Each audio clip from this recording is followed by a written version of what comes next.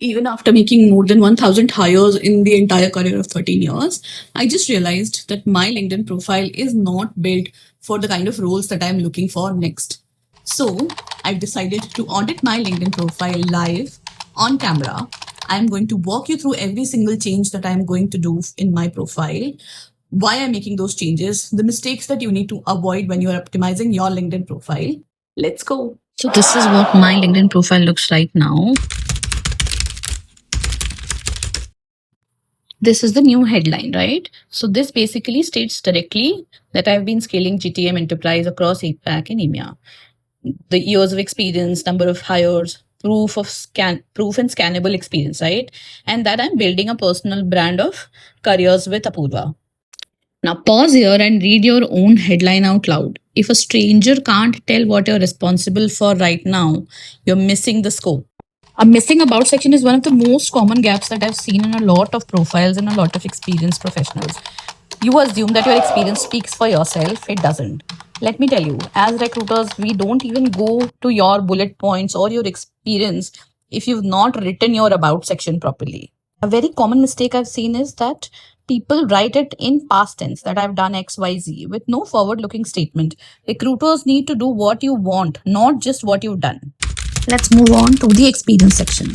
So one thing that you should always keep in mind is that your experience section should talk about numbers, not exactly the duties and responsibilities that you've done. It should talk about the achievements, right? So for example, I've written here, delivered end-to-end hiring 40 plus roles annually, right? It should tell the other person the metrics that you've delivered, the achievements that you've made, instead of only talking about duties and responsibilities that you took. So all your bullet points should talk about numbers, should talk about your achievements. Let's talk about the segment wherein we mention open to, right? So for example, if you look at my profile, it has been mentioned that it is open to recruiters only. You must have seen a lot of banners wherein people have this green banner saying open to work.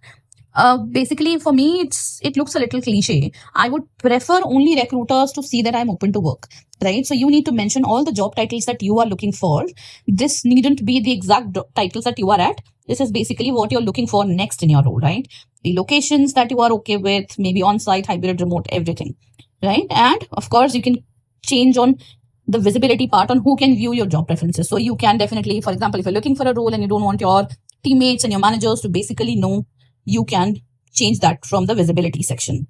Okay, so see, if you put it only recruiters or everyone or visible only to you, it depends on what is your preference.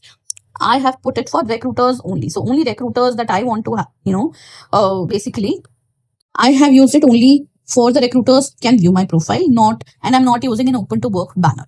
Okay.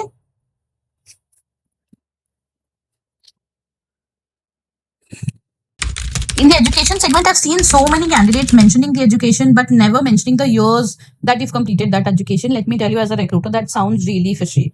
Okay, we would want to see the year that you've completed your graduation, your post graduation, or what all education you have actually attained. So please mention all the details of your education here in the education segment, because that can also, not having enough details can also trigger suspicion amongst the recruiters. There is a skills segment also on your LinkedIn profile, and as per today, you can add up to 50 skills, right? And you need to make sure that you're adding skills that are relevant to your profile and not just any random skills. Because when a recruiter searches for a candidate, they will be mentioning these skills in the search segment. So if you've mentioned some random skills that are nowhere related to your experience, probably the chances are that you will never, appear in the search box of a recruiter. So make sure that you upload the relevant skills as per your experience. And of course, have a couple of people mention recommendations, people who worked with you, right? Say things that they like working with you. That is also really important. Everything that you just saw on camera was something that I've changed in my own profile. If you want your profile to be optimized in a similar way so that it becomes a recruiter magnet, so I'm opening a couple of sessions for the LinkedIn optimization. Link is in my bio and in the description. This is episode 6 of Job Search Decoded by Careers with Apurva, and I will see you in the next one.